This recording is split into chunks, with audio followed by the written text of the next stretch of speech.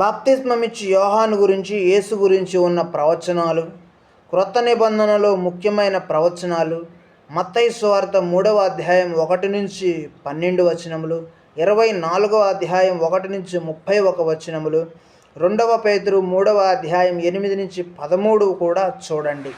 ఉపమానాలు దేవుని గురించి, ఆయన రాజ్యం గురించి ముఖ్యమైన సత్యాలను దైనందిన జీవితంలో అందరికీ బాగా తెలిసిన విషయాలతో పోల్చి చెప్పే చిన్న కథలే ఉపమానాలు.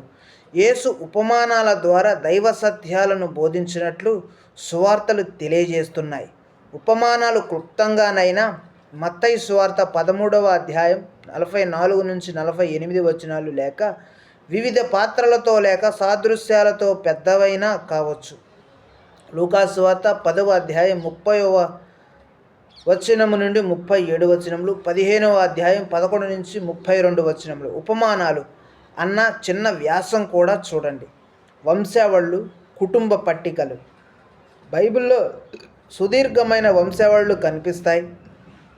ఇశ్రాయేలు చరిత్రలో ప్రముఖుల కుటుంబ చరిత్రను ఈ వంశావళులు తెలియజేస్తాయి. మత్తయి సువార్త ప్రారంభంలో కనిపించే వంశావళి యేసు దావీదు వంశం నుండి వచ్చాడని తెలియజేస్తుంది.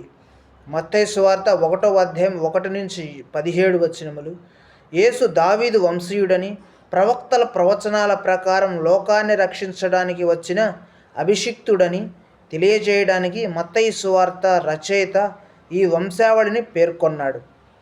పితరుల పట్టికలను బైబిల్లో ఎందుకు చేర్చారో అన్ని సందర్భాల్లో స్పష్టమైన కారణాలు తెలియనప్పటికీ ఇజ్రాయేలు ప్రజలకు, ప్రాచీన పశ్చిమాసియా ప్రజలకు బంధుత్వాలు ముఖ్యమని వీటిని బట్టి తెలుస్తుంది. కొన్ని వంశావళుల పేర్ల పట్టికలు ఆదికాండం 5వ అధ్యాయం 1 నుంచి 32 వచనములు, 1వ దినవృత్తాంతములు 1 నుంచి 8 వచనములు, ఎజ్రా 8వ అధ్యాయం 2 నుంచి 14లలో ఉన్నాయి. బైబిల్ అనువాదం. ఒక సందేశాన్ని దాని మూల భాషలో కాక వేరొక భాషలో వ్యక్తీకరించే ప్రక్రియ అనువాదం లేక తర్జుమా. ఈ సందేశం గీతం కావచ్చు, పద్యం కావచ్చు, సంఘటన కావచ్చు, ఆజ్ఞలు కావచ్చు, ఉపదేశం కావచ్చు. అపరిచిత భాషలోని సందేశాన్ని అర్థం చేసుకోవడానికి అనువాదం అవసరం. నేడు మనకు పరిచయం లేని భాషల్లో కొన్ని వేల సంవత్సరాల క్రిందట వ్రాసిన వేర్వేరు గ్రంథాల సంకలనమే బైబిల్.